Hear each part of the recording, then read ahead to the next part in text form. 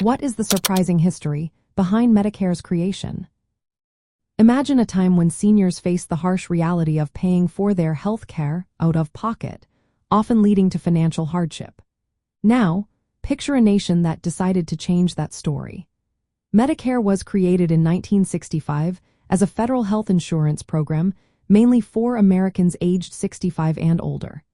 Its goal was to give older adults financial security and access to health care they desperately needed.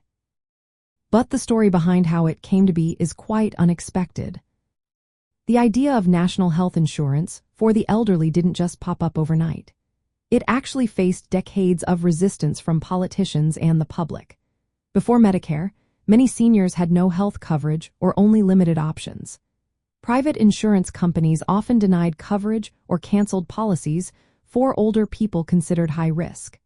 The push for a government program to help seniors began in the 1950s and earlier. Interestingly, the word Medicare was first used in 1956 for a program that provided medical care for military families. The real push to extend health coverage to older Americans started in 1961 during a White House conference on aging under President John F. Kennedy. Despite this, Congress repeatedly failed to pass legislation because of fears about government involvement in health care and political opposition. The breakthrough came under President Lyndon B. Johnson in 1965. He signed the Social Security Amendments into law, which created Medicare.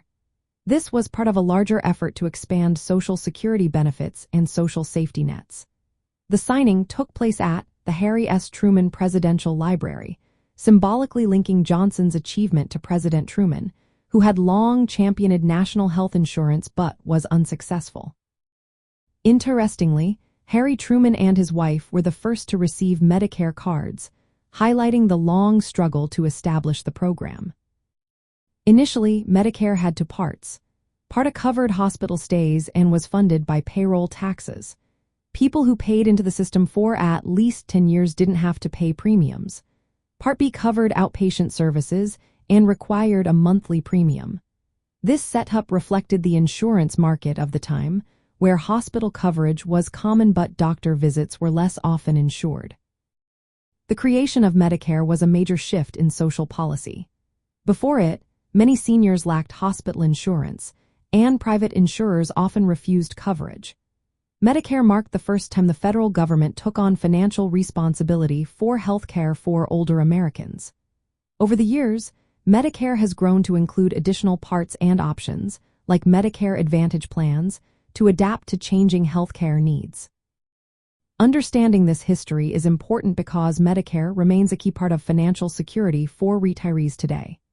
It helps millions access health care, but it also involves costs like deductibles and premiums that influence how seniors choose their plans.